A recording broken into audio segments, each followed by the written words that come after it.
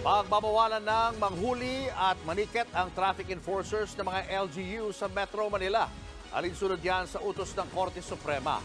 Pero problema yan sa MMDA dahil kulang daw sila sa mga tauhan. Nasa frontline ng balitang yan si Elaine Fulencio.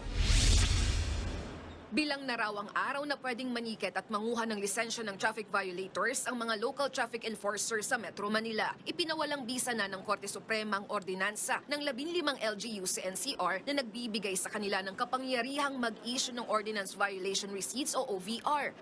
Sa higit 40 pahinang desisyon ng Supreme Court en banc, idineklara nilang null and void ang traffic ordinances. Katwiran ng Korte, ang Metropolitan Manila Development Authority o MMDA ang dapat manguna sa mga panguhuli sa violators. Mga patakaran din ng MMDA ang dapat mangibabaw pagdating sa traffic management sa Metro Manila.